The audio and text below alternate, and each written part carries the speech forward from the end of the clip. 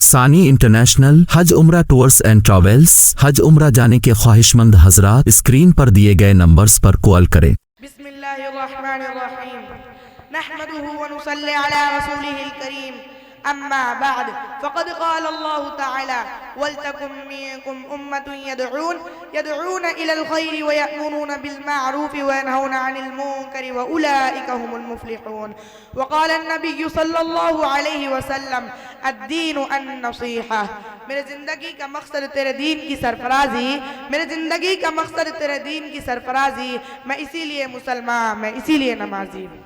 محترم استاد صاحب اور میرے عزیز ساتھیوں، آج میں آپ کے سامنے دعوت و تبلیغ کے عنوان پر کچھ عرض کرنے کی ہمت کر رہا ہوں، اس امید میں کہ آپ غور سے سنیں گے اور عمل کرنے کی کوشش بھی کریں گے۔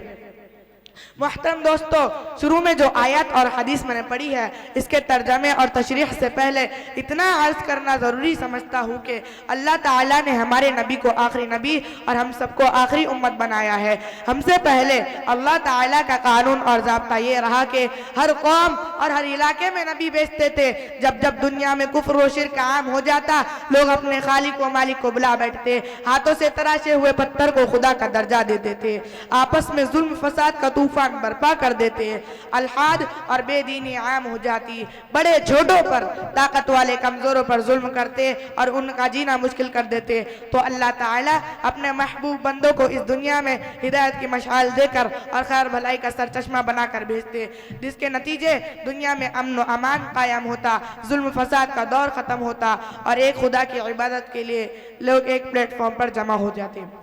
لیکن میرے محترم دوستو، اب جانتے ہیں کہ ہمارے نبی آخری نبی ہے، اب قیامت تک کوئی نبی نہیں آئے گا اور ہم سب آخری امت ہے، اب قیامت تک کوئی امت نہیں آئے گی۔ آج ہم اپنی جیتی آنکھوں سے دیکھ رہے ہیں اور رات و دن مشاہدہ کر رہے ہیں کہ امت میں بے دینی اور خدا بیزاری عام ہو چکی ہے، لوگ اپنے خالق و مالک کو بلا بیٹھے ہیں۔ ایسے موقع پر ہم سب کی ذمہ داری ہے کہ خدا کے دین کی فکر کرے، دعوت و تبلیغ کا علم اور جھنڈا لے کر ہاتھ میں لے کر دیہات در دیہات، شہر در شہر اور ملک در ملک خدا کے دین کو عام کرے، چاروں طرف سے پھیلی ہوئی بے دینی اور خدا بیزاری کو ختم کر کے کفر و شرک کے اندھیریوں کو مٹا کر نور اسلام کے پرچم تلے ساری انسانیت کو یکجا کرنے کی فکر کرے، جس کو قرآن کریم نے 4 پارے میں صاف لفظوں میں فرمایا وَلْتَكُمْ مِنْكُمْ أُمَّةٌ يَدْعُونَ إِلَى الْخَيْرِ وَيَأْمُرُونَ بِالْمَعْرُوفِ وَيَنْهَوْنَ عَنِ الْمُنْكَرِ وَأُولَئِكَ هُمُ الْمُفْلِحُونَ،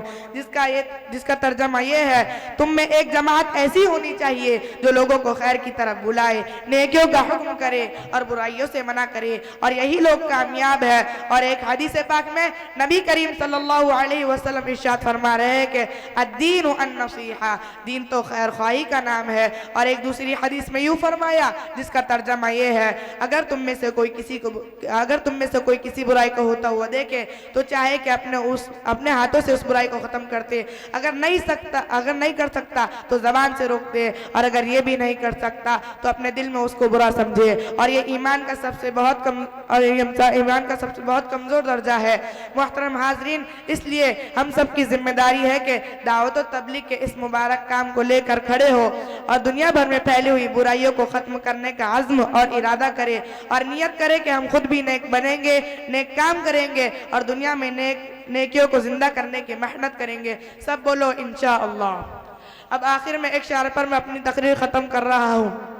دو گام کوئی چل کر اس راہ پر تو دیکھے، دو گام کوئی چل کر اس راہ پر تو دیکھے، کتنی حسی ہے راہ ہے، کتنا حسی سفر ہے، وما علینا الا البلاغ۔